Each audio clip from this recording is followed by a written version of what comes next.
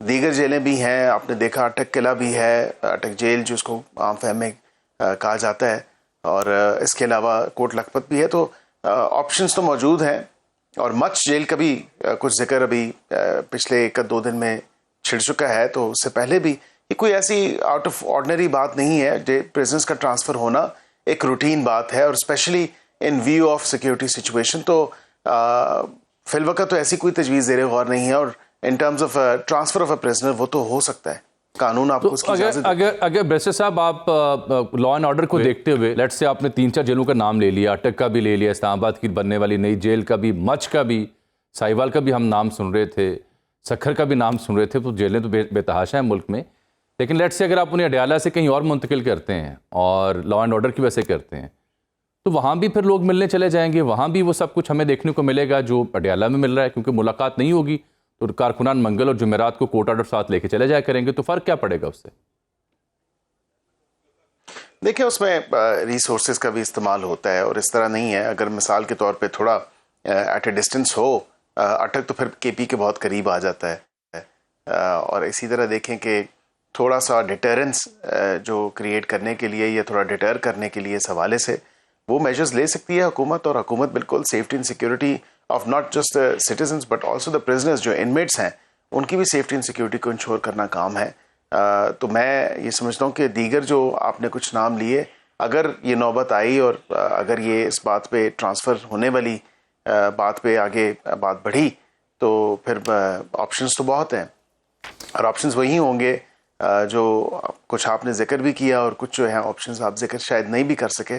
تو جو most suitable security حوالے سے آپشن ہوگا اس حوالے سے اس کو ایکسرسائز کیا جائے گا. بیرسٹر صاحب ایک اور معاملہ بھی میں سن رہا ہوں, اور اس سلسلے میں سابق الیکشن کمیشن جو نگران سیٹ اپ کا حصہ رہے قمر دلشاہ صاحب, وہ تو کھل کر لکھ رہے ہیں کہ جی پی ٹی آئی پر پابندی لگانے کا معاملہ کابینہ میں لے جایا جا رہا ہے. آرٹیکل 17 کے تحت وفاقی حکومت کے پاس یہ اختیار ہے. پاکستان تحریک انصاف کے اوپر پابندی لگانے کا فیصلہ ہو چکا, کابینہ میں معاملہ لے جایا جائے گا. دیکھیں ابھی کابینہ میں تو ایسی کوئی بات نہیں آئی, اور اگر آئے گی تو بالکل یہ کابینہ کا استحقاق ہے, اور گورنمنٹ جو ہے وہ اس کو دیکھے گی. پھر یہ اتنا سمپل نہیں ہے کہ آپ بس بین لگا دیں اور کابینہ سے اپروول ہو جائے. ظاہری بات ہے کہ ایڈوائزری جورسڈکشن میں آپ سپریم کورٹ کو بھی بھیجتے ہیں, یا وہ اب آئینی عدالت ہوگا, اب یہ طے کرنا ضروری ہے since it pertains to one of the constitutional articles. تو یہ آئینی عدالت میں ہی جائے گا تمام تر معاملہ, اور پھر ادھر سے جو کنفرمیشن ہوتی ہے وہ اس کی ہوگی. یہ بڑا ایک تھوڑا پروسیس ہے, ابھی اٹس ٹو ارلی ٹو سے. اور ان اینی کیس میں سمجھتا ہوں کہ پنجاب اسمبلی سے ایک ریزولوشن ضرور آئی ہے, لیکن میں ایک ذاتی حیثیت میں آپ کو یہ ضرور کہوں, somebody who believes in democracy اور جو جمہوری رویوں میں جمہوری تقاضوں میں یقین رکھتا ہے, کسی سیاسی جماعت پہ پابندی نہیں ہونی چاہیے unless and until وہ پاکستان کی آئیڈیالوجی کے اگینسٹ جا رہے ہوں, پاکستان کے خلاف جا رہے ہوں. تو ادروائز تو دیکھیں میدان کھلا ہے, اور بالکل ایسی میدان میں مقابلہ کرنا ہے. اور ہر 5 سال بعد جو ہے حکومت کا احتساب ہوتا ہے, دیگر سیاسی جماعتوں کا احتساب ہوتا ہے, تو اس میں تو کوئی ایسی بات نہیں ہے. بیرسٹر صاحب یہ ابھی مجھے کچھ اطلاعات مل رہی ہیں کہ پی ٹی آئی کے ہاں سے بھی اور کچھ تحریک پاکستان وہاں سے بھی کچھ رہنما ایکٹیو ہوئے ہیں. یہ قومی کانفرنس بھی وہ بلا رہے ہیں اسی مہینے میں 20, 21, 22 کے آس پاس.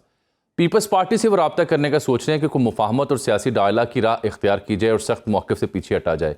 نون لیگ کو البتہ وہ نہیں بلا رہے, بدلے میں ان کی ڈیمانڈ یہ ہو سکتی ہے کہ خان صاحب سے اچکزئی اور دیگر رہنماؤں کی ملاقات کروائی جائے تاکہ ڈائلاگ کے لیے ان سے مشاورت ہو سکے. کیا اب بھی ڈائلاگ کی خان صاحب اور پی ٹی آئی سے گنجائش باقی ہے, یا پوائنٹ آف نو ریٹرن آ چکا ہے, ڈیڈ اینڈ آ چکا ہے, اور حکومت اب کسی ڈائلاگ میں انگیج نہیں ہوگی؟ اس پہ میں کلیئرٹی سے آپ کا جواب چاہ رہا ہوں. جی دیکھیں فی الوقت تو چیزیں پوائنٹ آف نو ریٹرن تک پہنچ چکی ہیں, لیکن کوئی چیز جو ہے وہ حرف آخر نہیں ہوتی.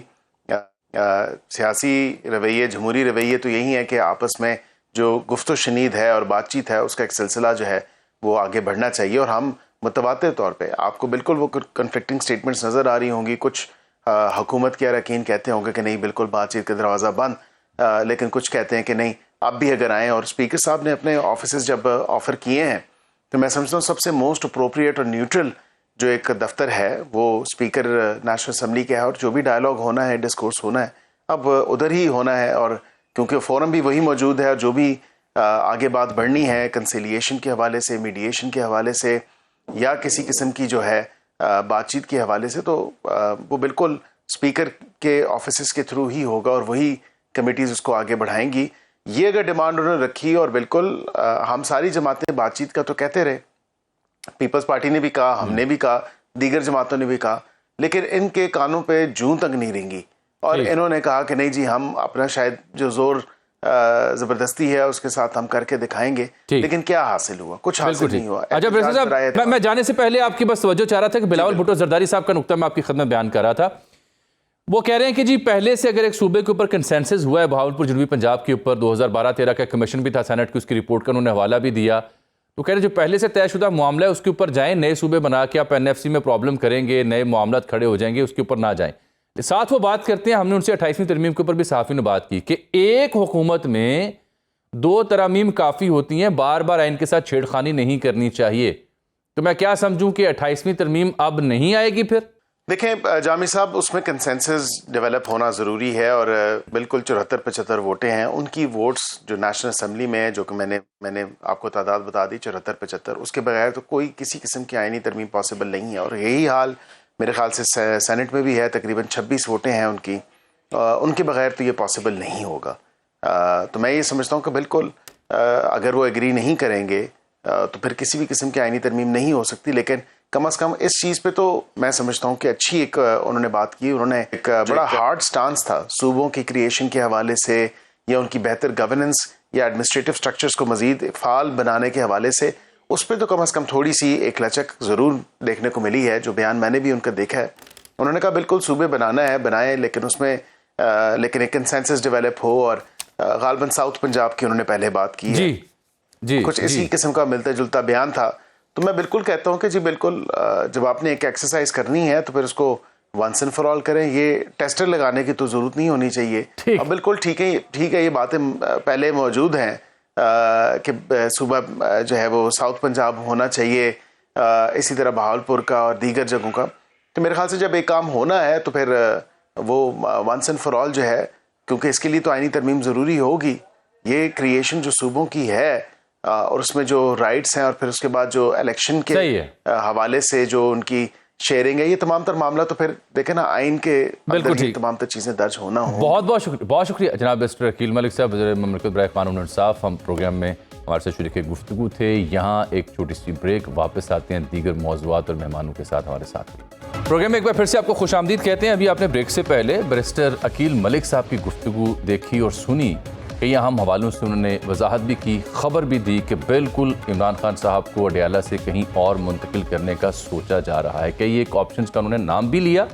میری اطلاع یہ ہے کہ اگر ایسی کوئی آپشن بنی تو پروبیبلی حکومت مت جیل کی جانب رجوع کرے گی.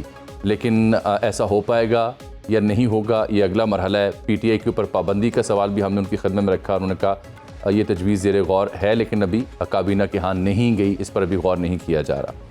اور مذاکرات کے حوالے سے ان کا یہ کنکلوژن تھا کہ پوائنٹ آف نو ریٹرن پہ تو چیزیں گئی ہوئی ہیں, لیکن دروازے کھلے ہیں, اسپیکر آفس سے ہی بات چیت ہوگی جب بھی ہوگی.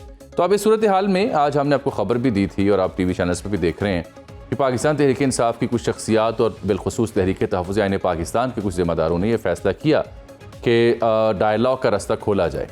اور اس سلسلے میں ابھی یہ قومی کانفرنس کروا رہے ہیں 20-21 دسمبر کو اسلام آباد میں تحریک تحفظ آئین پاکستان کے پلیٹ فارم سے. پیپلز پارٹی کو دعوت دینے کا فیصلہ کیا جا رہا ہے, نون لیگ کو دعوت نہیں دی جائے گی, اور بدلے میں یہ ڈیمانڈ کی جائے گی کہ محمود خان اچکزئی اور دیگر جو زعماء ہیں ان کی ملاقات عمران خان صاحب سے کروائی جائے. تو کیا ہم واقعی ڈیڈ اینڈ پہ گئے ہیں یا ابھی مذاکرات کی کوئی آپشن باقی ہے؟ اور جیل سے ایک دوسری جیل میں منتقلی کے اوپر پی ٹی آئی کا رد عمل ہے. ان معاملات پہ بات کرنے کے لیے آج ہم نے زحمت دی ہے پاکستان تحریک انصاف کے سینئر رہنما جناب شفقت اوان صاحب کو, پاکستان پیپلز پارٹی کے سینئر رہنما جناب قادر خان مندوخیل صاحب کو. بہت شکریہ آپ دونوں قیمتی وقت کا. شفقت صاحب, سب سے پہلے آپ سے میں بات کروں گا, یہ بتائیں, ایک تو وزراء بھی اب کہہ رہے ہیں, برملا اختیار ولی کی پریس کانفرنس بھی تھی کہ جی بالکل غور کیا جا رہا ہے خان صاحب کو اڈیالہ سے کہیں اور منتقل کرنے کے لیے. پی ٹی آئی کا اس پر رد عمل کیا ہے؟ دیکھیں جی, ہم تو بالکل ایسی کسی بات کو کنڈیم کرتے ہیں کہ خان صاحب کی وہ منتقلی کی بات ہو, ان کی سولیٹری کنفائنمنٹ کی بات ہو, یا ان سے ملاقاتوں پر پابندی کی بات ہو. جب بھی کوئی ایسا مرحلہ آئے گا, پاکستان تحریک انصاف ایک بھرپور احتجاج کرے گی, اور آپ دیکھیں گے کہ شاید وہی ایک ٹائم ہوگا جب پورا پاکستان نکلے گا اور کسی ایسے فیصلے کو انڈو کروائے گا، کیونکہ ایک تو قانون اور آئین کی بات تو کرتے ہوئے سچی بات ہے اب شرم سی محسوس ہوتی ہے اس ملک خدا داد میں، لیکن قانون کیا ہے کہ کوئی بھی انڈر ٹرائل پریزنر ہے وہ اسی ڈسٹرکٹ میں رہے گا جس ڈسٹرکٹ میں اس کا ٹرائل چل رہا ہے، کسی دوسرے ڈسٹرکٹ میں اس کو منتقل نہیں کیا جا سکتا۔ یہ میں نے از رائے انفارمیشن بات کی ہے، ادروائز ملکی حالات کے مطابق آئین اور قانون کا کوئی اس میں عمل دخل نہیں ہے اور نہ ہی یہاں پر کچھ ایسا ہو رہا ہے جو آئین کے مطابق ہو، لیکن اگر کچھ ایسا کرنے کی کوشش کی گئی تو پاکستان تحریک انصاف کی مزاحمت آپ دیکھیں گے کہ وہ کس قدر شدید ہوگی۔ ٹھیک ہے، میرے ساتھ ہیں شفقت صاحب۔ قادر بھائی، آپ قانون کے اوپر بھی گرپ رکھتے ہیں اور ماضی میں بھی کئی رہنماؤں کو ایک جگہ سے دوسری جیل میں منتقل کیا گیا، لیکن یہ شفقت صاحب تو کہہ رہے ہیں اسی ڈسٹرکٹ میں رکھا جاتا ہے جہاں ٹرائل چل رہا اور پی ٹی آئی تو یہ ایسا نہیں ہونے دے گی۔ کیا یہ کوئی غیر معمولی بات ہوگی، روایت سے ہٹ کے واقعہ ہوگا اگر حکومت ایسا کرتی ہے؟ نہیں، بالکل ایسا نہیں ہے۔ ماضی میں اگر میں آپ کو سندھ کا حوالہ دوں، جو کراچی میں خطرناک ملزمان ہوتے تھے ان کو سکر جیل منتقل کیا جاتا تھا، یا دوسری صورت ایسا ہوتا ہے کہ جہاں جیل میں گنجائش سے زیادہ قیدی ہو وہاں بھی کیا جاتے ہیں، تو یہ کوئی انوکھا عمل نہیں ہے۔ مگر پی ٹی آئی اپنے عمل سے، اپنی حرکات سے یہ ثابت کر رہی ہے، بلکہ حکومت کو مجبور کر رہی ہے کہ وہ اڈیالہ جیل سے کسی اور جیل میں منتقل ہو جائے خان صاحب کو۔ لیکن ٹھیک ہے، میں ایک چیز یہ نہیں کہوں گا کہ نہیں ہونا چاہیے، لیکن اب آپ مجھے بتا دیں کہ ان کی جو روزانہ دھرنے، روزانہ سلسلہ، جیل کے بعد آس پڑوس میں مارکیٹیں، بازار بند، یہ سارا ایک دن کا وہ تو نہیں ہے۔ تو میں یہ سمجھ رہا ہوں کہ یقیناً پھر حکومت اس چیز کے اوپر غور کرے گی، لیکن میں یہ سوچ رہا ہوں کہ آخر پی ٹی آئی نے اپنے آپ کو بند گلی میں کہاں لا کے کھڑا کر دیا۔ اگر شفقت عوان صاحب سے پوچھے کہ جہاں خورشید شاہ صاحب نے 8 فروری کے الیکشن کے بعد ان کو آفر کیے کہ آپ اپنا وزیر اعظم بنائیں غیر مشروع طور پہ، اگر پی ٹی آئی کا وزیر اعظم ہوتا تو آج وہ فارم 47-45 کی انکوائری بھی کرا سکتے تھے، وہ جو کہتا ہے کہ کرپشن میں نے نہیں کیا کسی اور نے کیا اس کی بھی کرا سکتے تھے انکوائری، وہ یہ بھی کر سکتے تھے کہ جو صورتحال چل رہی ہے فاٹا میں اس کے اوپر بھی یہ اس کے اوپر کوئی ایکشن لے سکتے تھے، لیکن ابھی انہوں نے اس چیزوں کو رد کر کے، اور بار بار آصف علی زرداری صاحب نے بھی آفر کیے جوائنٹ سیشن سے خطاب کرتے ہوئے، اور بہت سارے مجھ سمیت بہت سارے ہمارے لوگوں نے بھی آفر کیے کئی مرتبہ، لیکن انہوں نے انکار کیا۔ لیکن ساتھ ساتھ میں یہ بھی کہوں گا کہ آج بھی جو اس بات پہ یہ آئے کہ پیپلز پارٹی کو دعوت دی ہے، ابھی تھوڑی دیر پہلے میرے ساتھ ان کے ایم این اے اقبال افریدی صاحب تھے، وہ تو آج بھی انکار کر رہے ہیں، نہیں جی ان کے پاس ہے نہیں کوئی، ان کی کوئی میں یہ اگلا نقطہ میرا یہی تھا، میں شفقت صاحب سے پوچھ لیتا ہوں نا۔ شفقت صاحب چونکہ اس پروسیس کا حصہ بھی ہیں، اڈیالہ کے آس پاس بھی پائے جاتے ہیں، اعلیٰ جو ان کی قیادت ہے اس کے ساتھ بھی رابطے میں رہتے ہیں، تحریک تحفظ آئین پاکستان کے ساتھ بھی رابطے میں رہتے ہیں۔ شفقت صاحب، یہ تو میں نے بڑے ذمہ دار حلقے جو ہیں آپ کے ان سے سنا اور خبر بھی دی، اور پھر بعد میں یہ ٹی وی پہ اوپر بھی خبر آ رہی تھی دن بھر کہ پی ٹی آئی نے فیصلہ کیا کہ ایک سٹیپ پیچھے ہٹا جائے اور ڈائلاگ کو موقع دیا جائے اور تحریک تحفظ آئین پاکستان کا پلیٹ فارم یوز کرتے ہوئے قومی کانفرنس میں پیپلز پارٹی کو دعوت دی جائے۔ کیا ایسا کوئی فیصلہ ہوا ہے؟ کیونکہ قادر خان مندوخیل صاحب تو کچھ اور بتا رہے ہیں مجھے ابھی۔ جی بالکل بھی ایسا کوئی فیصلہ نہیں ہوا جس میں یہ کہا گیا ہو کہ ہم مزاحمت کا راستہ ترک کر دیں اور صرف ڈائلاگ کی طرف جائیں۔ دیکھیں، یہ سائیڈ بائی سائیڈ پولیٹکس میں دونوں باتیں چلتی ہیں، مزاحمت بھی اور ڈائلاگ بھی، اور ہم بھی اس پر بالکل قائم ہیں۔ مزاحمت کا راستہ آپ دیکھیں، اگر یہ خدا نخواستہ خان صاحب کو کسی دوسرے صوبے میں شفٹ کر دیتے ہیں اور ہم پھر انتظار کرتے رہے ہم ان سے مذاکرات کریں، بالکل بھی نہیں، فوراً مزاحمت ہوگی اور بڑی شدید قسم کی مزاحمت ہوگی۔ لیکن جہاں تک ڈائلاگ کی بات ہے وہ بالکل بات ہوئی ہے، اور ہم شاید یہ کوئی کانفرنس ہونے جا رہی ہے، اس میں پاکستان پیپلز پارٹی کو بھی مدعو کریں گے کہ وہ آئیں، بیٹھیں اور اس ملک میں آئین کی بحالی کے لیے، جس کا وہ خود کو خالق سمجھتے ہیں اور تھے بھی تھے اس آئین کے خالق، لیکن آج اس آئین کے بگاڑنے میں ان کا پورا حصہ ہے، اور ہم ان کو بار یہ کہتے رہے ہیں کہ آپ کی جماعت اس آئین کی خالق ہے، کم از کم آپ تو اس آئین کے ساتھ اتنا سنگین ظلم نہ کریں۔ یہ بات ان کو بار بار ہم اسمبلی میں باور کراتے رہے ہیں، اور ایک بار پھر اس کانفرنس میں بلا کے ہم 26ویں اور 27ویں ترمیم جیسے جو قدغنیں لگائی گئی ہیں اس آئین پر اور جو اس آئین پر وار کیا گیا ہے اس کے لیے ان سے بات کریں گے، اور اس ملک میں آئین اور قانون کی بحالی کے لیے بالکل بات کریں گے۔ لیکن یہ کوئی نہ سمجھے کہ ہم مزاحمت کا راستہ ترک کر کے نہیں میں تو پھر غلط سمجھا نا شفقت صاحب، میں تو یہ سمجھا بحثت صحافی کہ شاید تحریک تحفظ آئین پاکستان اور پی ٹی آئی کے ہاں یہ غور کیا جا رہا ہے کہ پیپلز پارٹی سے رابطہ کر کے اس کانفرنس میں بلا کے بات چیت کا کوئی طریقہ کار کھولا جائے، لیکن آپ کی نو اچھا لے جی قادر صاحب یہ جی میں بالکل آپ کو جی بتائیے بالکل آپ کو بڑا کلیئر بتا رہا ہوں کہ کہیں پہ بھی یہ فیصلہ نہیں ہوا کہ ہم مزاحمت ترک کر دیں گے اور ہم صرف اور صرف ڈائیلاگ کی طرف جائیں گے. یہ اچکزئی صاحب کو کیونکہ اب خان صاحب نے سونپ دی ہے ساری رسپانسبلٹی، تو وہ کہتے ہیں جی کہ میں بالکل ڈائیلاگ کروں گا، لیکن اس وقت ڈائیلاگ ہوگا جب خان صاحب سے ملاقاتیں کھولی جائیں گی، اور میں ملاقات بھی ان سے کروں گا اور باقی ہمارے پولیٹیکل جو لوگ ہیں وہ بھی کریں گے، اور اس کے بعد ہم ڈائیلاگ کی طرف جائیں گے. لیکن ڈائیلاگ شروع کب ہوگا؟ جب عمران خان سے ملاقاتیں اوپن ہوں گی، اس سے پہلے تو ہم ڈائیلاگ بھی نہیں کر سکتے. ٹھیک، یہ قادر صاحب آپ نے یہ سن لیا ان کا تبصرہ. میں بیرسٹر گوہر صاحب کو بھی دیکھ رہا تھا، وہ کہتے ہیں کہ جی یہ کاروباری دنیا نہیں ہے، یہ جو -1 کی بات کی جاتی ہے، اگر 2 میں سے 1 مائنس کرو تو 1 رہ جائے گا، اور اگر 1 مائنس ہوا تو اس کے بعد 1 بھی باقی نہیں رہے گا. وہ کہہ رہے ہیں جو لوگ آپ کے پاس ہیں یہ بھی دستیاب نہیں ہوں گے. ایک تو شفقت صاحب کی بات سے آپ کو کیا سمجھ آئی، کس نوعیت کا رابطہ اور کیا وہ کہنا چاہ رہے ہیں؟ دوسرا، آئین کی خالق جماعت کو وہ کہہ رہے ہیں کہ آئین آپ نے بگاڑا ہے. دیکھیے، پہلی بات تو شفقت اوان صاحب خود چونکہ وکیل ہے، یہ کہتے ہیں آئین کے بگاڑنے میں ان کا آتا ہے. 26ویں ترمیم میں آپ ہی گواہی دیں، کیا مولانا صاحب کے ساتھ آن بورڈ نہیں تھے؟ کیا گوہر خان صاحب نے یہ نہیں کہا کہ بہترین مسودہ ہے؟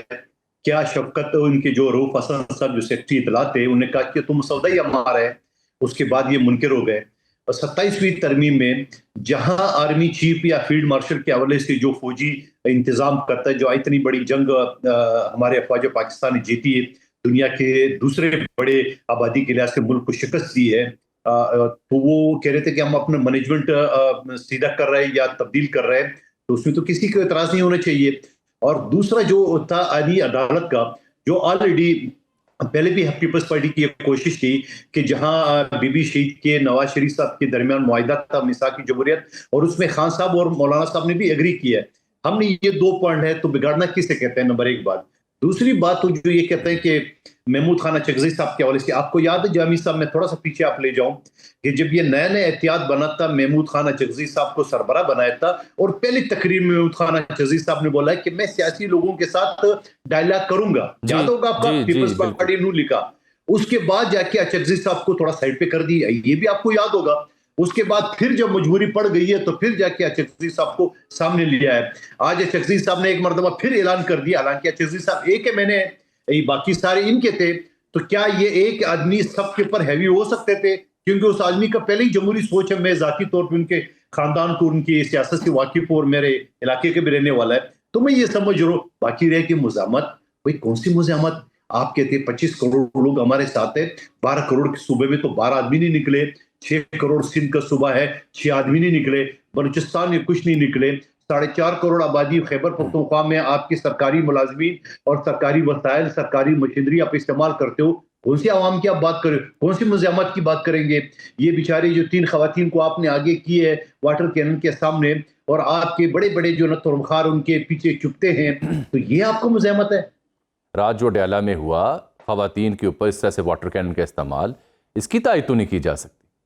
نہیں، بالکل غلط ہے، بالکل غلط ہے. میں شروع سے پہلے دن سے میرے ایک بھی شعب نہیں دکھا سکتی ہوں کہ میں نے کسی ظلم کی حمایت کی ہے، نہ میری پارٹی کرے گی. بالکل غلط ہوا. لیکن یہ بڑے بڑے ترم خان ان خواتین کے پیچھے کیوں چپ رہے نا؟ مزاحمت کی تو بہت سارے راستے ہیں، وہ کرے نا. دوسرا، خواتین بیٹھے ان کے ساتھ بیٹھے اور مزاحمت کر رہے ہیں، اور جا کے واٹر کینن حکومت اس کے اوپر برسا رہی اور یہ اس کے پیچھے چھپے ہوئے. میں ان کی بات کروں، میں مردوں کی بات کر رہا ہوں نا، کہ یہ جو کہہ رہے ہیں آپ مزاحمت کریں گے، 25 کروڑ لوگ ساتھ ہیں، تو بتائیں نا 25 کروڑ لوگ کہاں پر ہیں آپ کے؟ شفقت صاحب آپ ہی جواب دیں جناب، کہاں ہے آپ کے 25 کروڑ کی مزاحمت؟ جی مجھے بڑا افسوس ہوا ہے مندوخیل صاحب کی بات سن کے. کیوں، کس بات پہ؟ خواتین کے پیچھے چھپ رہے ہیں وہ عمران خان جی. ان کی جو یہ بات ہے کہ خواتین کے پیچھے چھپ رہے ہیں، دیکھیں وہ عمران خان صاحب کی بہنیں ہیں، اور بالکل پارٹی نے ان کو نہیں کہا ہوا کہ آپ آئیں احتجاج کریں یا بیٹھیں، نہ وہ پارٹی کا حصہ ہیں.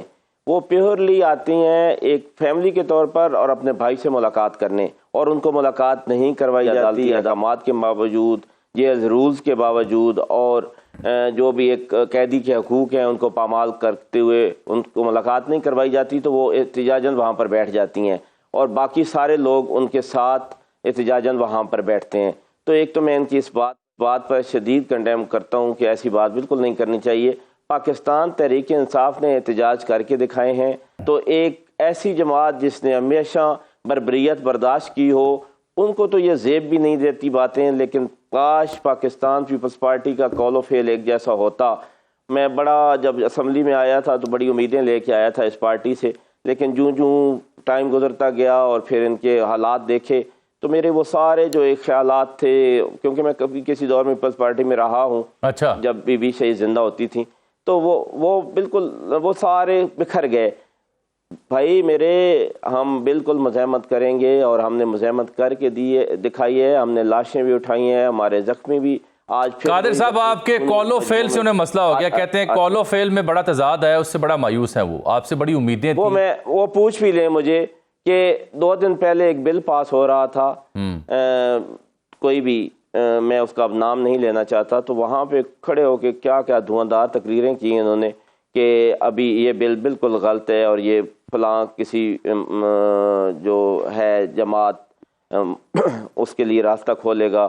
تو میں یہی سمجھ رہا تھا کہ ابھی ووٹنگ ہونی ہے تو یہ ہمارے ساتھ کھڑے ہوں گے، اور جب ووٹنگ ہوئی تو یہ سارے اٹھ کے حکومت کے ساتھ کھڑے تھے. میں تو ہنسی آ گئی.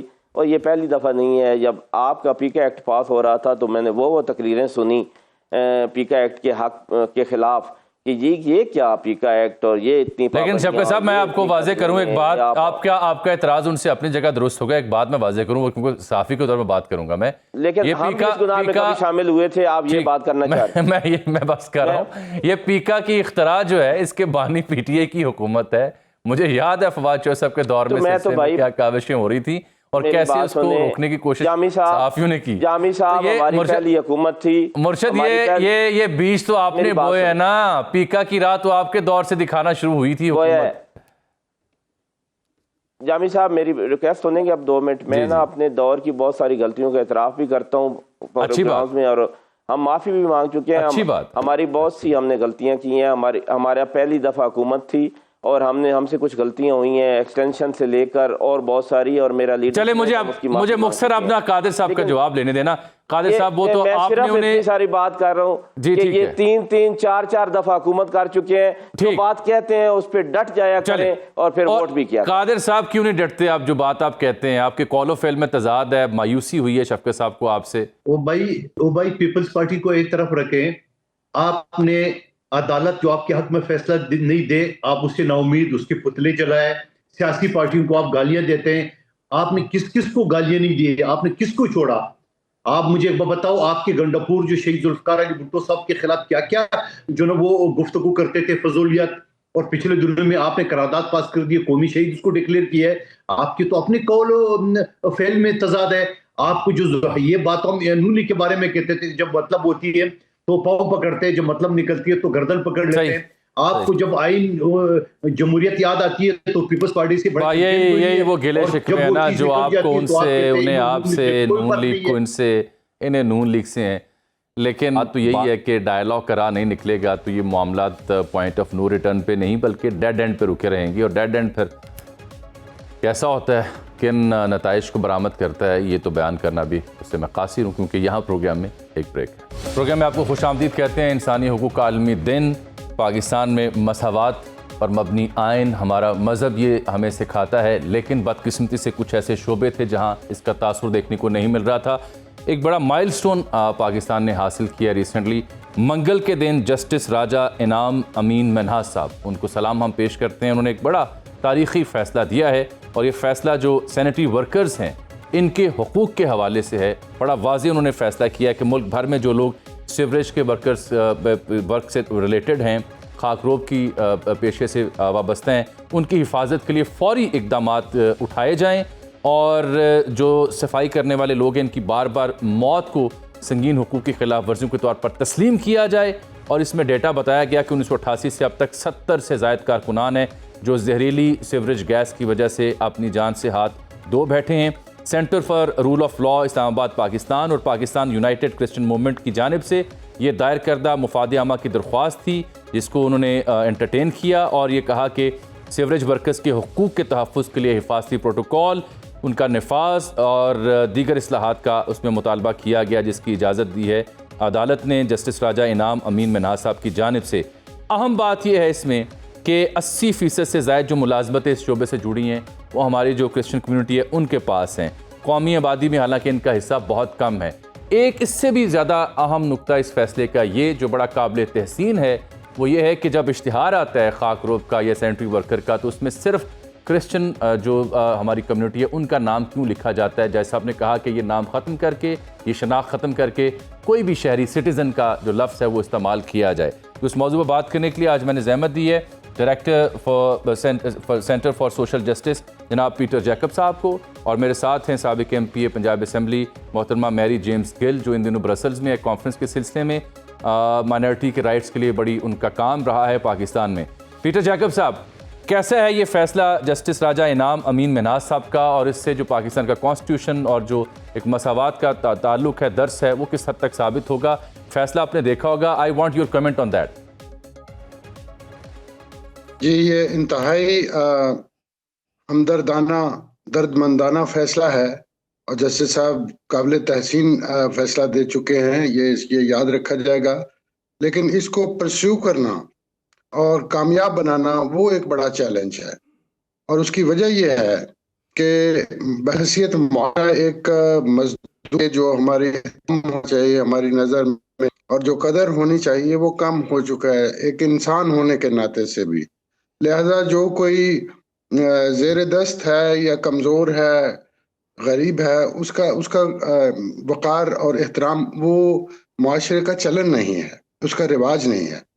دوسری بات یہ ہے کہ ہمارے ہاں اداراتی انتظام خاص طور پر ایسے پیشے جن میں بیشتر اوقات اموات ہوتی رہتی ہیں، ہیزرڈس آکیوپیشنز کہا جاتا ہے جن کو، اس میں اداراتی انتظام کمزور ہو چکا ہے۔ خاص طور پر صحت اور صفائی کا جو محکمہ اب سالڈ ویسٹ مینجمنٹ وغیرہ کہلاتا ہے، وہ پرائیویٹ شعبے کے ہاتھوں منتقل ہو چکا ہے، جس کے اوپر لیبر لاز اس طرح سے نہ ان کا احترام ہوتا ہے، نہ اس کی وہ پابندی کرتے ہیں، بلکہ ان کے معاہدوں میں یہ بات شامل ہوتی ہے، ملکی اور غیر ملکی کمپنیاں وہ سالڈ ویسٹ مینجمنٹ کا جو کام کرتی ہیں ان کے معاہدوں میں یہ شامل ہوتا ہے کہ وہ یہاں کے لیبر قوانین پر عمل درآمد نہیں کر پائیں گی یا نہیں کریں گی۔ تو یہ وجہ ہے کہ ایک شخص جو کہ بھوک بیماری وغیرہ سے تنگ ہے اور اس نے اپنے بچوں کا پیٹ پالنا ہے، وہ جو منیمم ویج ہے وہ بھی ادا نہیں ہوتا اس کو۔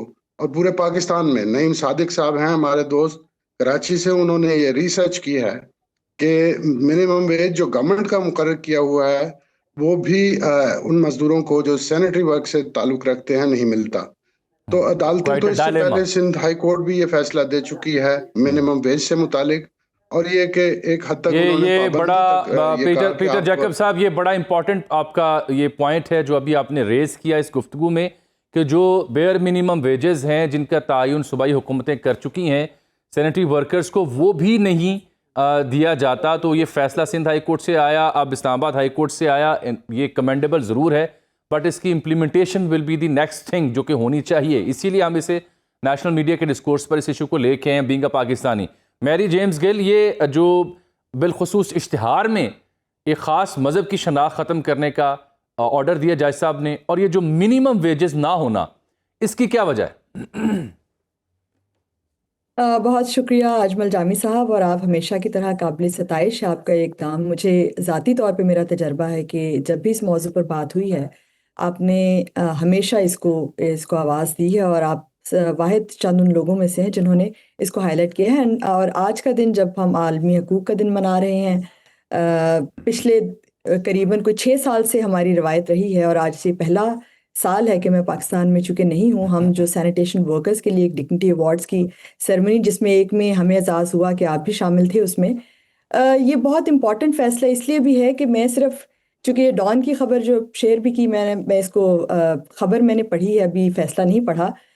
مارچ میں ایک اور خبر ہے اور اس میں سپریم کورٹ کی یہ ہیڈ لائن ہے، میں ڈان ہی کی میں پڑھوں گی، مسیحیوں کے لیے مخصوص ملازمتیں امتیازی قرار دینے کی استدعا مسترد، جس میں میں خود پٹیشنر تھی اور ان پرسن میں پیش ہوئی، تو اس پر کافی مجھے ججز کی طرف سے اس بات کا سامنا تھا کہ اخباری اشتہارات میں جو ایسی نوکریاں مسیحیوں سے منسوب کی جاتی ہیں، میں ریڈ کر رہی ہوں، میں جج صاحب کا نام نہیں لوں گی، اخبار میں لکھا ہوا ہے، اس پر انہوں نے کہا کہ اگر ایسا ہے تو مسیحی برادری کے لوگ ان نوکریوں پر اپلائی نہ کریں، اگر آپ نے تقریر کرنی ہے تو ہم آپ کی تقریر سن لیتے ہیں۔ مسیحی برادری کے بہت سے لوگ ایم این ایز ہیں، ایم پی ایز ہیں، سینیٹرز ہیں، جہاں میرٹ پر آئیں وہاں بہت سے لوگ ایوان میں بھی بیٹھے ہیں۔ بہرحال انہوں نے اعتراض لگا کر یہ درخواست میری خارج کر دی۔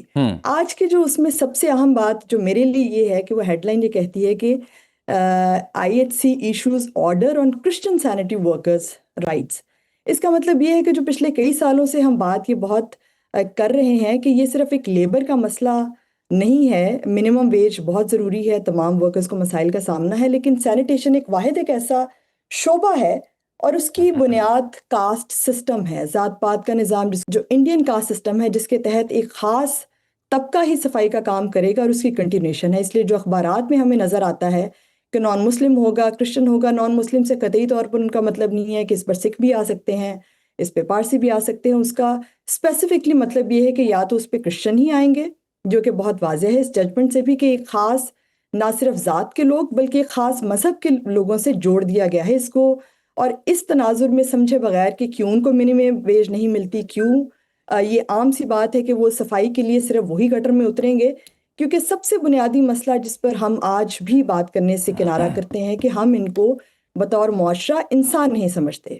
اگر انسان سمجھتے ہوں تو ظاہر ہے کہ وہ جو تمام اصول، جو تمام حقوق انسانوں کو ملنے چاہیے، جو ورکرز کو ملنے چاہیے، وہ آٹومیٹکلی مل جائیں گے، یا اس پر بات جس طرح سے میڈیا میں باقی ورکرز کے بارے میں، باقی انسانوں کے بارے میں تمام ایشوز پر بات ہوتی ہے، تو یہ بہت بڑا کریڈٹ جاتا ہے میڈیا کو بھی، سول سوسائٹی کو بھی، کہ ایٹ لیسٹ ابھی اس پر بات ہے۔ بالکل ٹھیک۔ یہ دیکھیں نا، بالآخر جو آپ کی پلی تھی، جو آپ نے پلیٹ کیا، جس طرح سے معاملے کو ان another کیس اس کو انٹرٹین کیا گیا اور بڑا آؤٹ رائٹلی کیا گیا، ifs اینڈ بٹس کے بغیر، یہ جسٹس راجہ انعام امین منہاج صاحب نے اس ڈیسیژن میں آؤٹ رائٹلی کیٹیگوریکلی ان تمام چیزوں کو ایڈریس کیا ہے، وہ تمام نقطے انہوں نے واضح کر کے اپنا حکم جاری کیا ہے۔ لیکن پیٹر جیکب صاحب، میری کنسرن ابھی بھی وہی ہے کہ فیصلہ بھی آ گیا، آپ نے نقطہ بھی اٹھا دیا کہ implementation is the issue, but concern یہ ہے کہ حکومتیں بیئر منیمم ویجز کی جب بات کرتی ہیں تو آپ گھریلو ملازمین دیکھ لیں، ان کی ایج کا ایشو دیکھ لیں، سینیٹری ورکرز دیکھ لیں، یہ 2-4 طبقات بچتے ہیں جہاں پہ لیٹس سے پنجاب میں اگر 40-42 ہزار کم سے کم تنخواہ ہے تو وہ بھی نہیں دی جاتی۔ اس کا ذمہ دار کون ہے؟ کیوں حکومتیں اس پر عمل درآمد کو یقینی نہیں بنا سکتی، اگر بالخصوص یہ لوگ ملازم ہی اگر حکومت سے جڑے کسی محکمے کے ہوں تو؟ ہمارے ہاں جامی صاحب، یہ جو وزارت ہوا کرتی ہے لیبر کی، محنت کشوں کی، جی، وہ بھی ایک انفیکٹو ادارہ بن گیا ہے۔ اچھا۔ اور پھر جو ذیلی ادارے ہیں، ڈپارٹمنٹس ہیں، وہ بھی وہ کام نہیں کر رہے جو انہیں کرنا چاہیے۔ صحیح۔ اور اس کے راستے میں یہ جو ایک اکنامک پالیسی کا ٹرینڈ ہے، میں نے بتایا نا کہ ہمارے ہاں لوکل گورنمنٹ کا تو الیکشن ہی نہیں ہوتا، وہ ساری صوبائی حکومتیں ریزسٹ کرتی ہیں اور کرتی ہیں تو اس کو امپاور نہیں کرتی، جن کے ذمہ اصل میں یہ کام ہوتا ہے۔ اور ایڈمنسٹریشن نے اس کو آہستہ آہستہ پرائیویٹ بزنس بننے دیا ہے، اور یوں وہ تمام چیزیں حائل ہو جاتی ہیں رکاوٹ کی طرح، جو اصل میں انیبلنگ سسٹم ہونا چاہیے تھا مزدوروں کے حقوق کا، اور خاص طور پر وہ اتنے اہم جو صحت اور صفائی سے تعلق رکھنے والے محکمے ہیں، اور اس کا یہی سینس ہے، وہ اور کوئی نہیں ہے، ویسٹ مینجمنٹ نہیں ہے، یہ کوئی فزیکل مینجمنٹ کا ایشو نہیں ہے، یہ سارے کا سارا ہے۔ بالکل ٹھیک ہے، میرا وقت کی کمی، پیٹر جیکب صاحب اس ایشو پہ ہم فار شور فالو اپ رکھیں گے اپنے آنے والے شوز میں۔ میری جیمز بھی واپس آ جائیں گی، دوبارہ ہم اس پہ گفتگو بھی کریں گے، ٹیک اپ کریں گے تاکہ امپلیمنٹیشن ہو سکے ان آرڈرز کی۔ آپ دونوں کے وقت کا بہت شکریہ۔ میرا شو یہاں پہ ختم ہوتا ہے، وقت کی قلت کی وجہ سے۔ ناظرین، آپ سے اگلے پروگرام میں ملاقات، تب تک لیے اللہ حافظ۔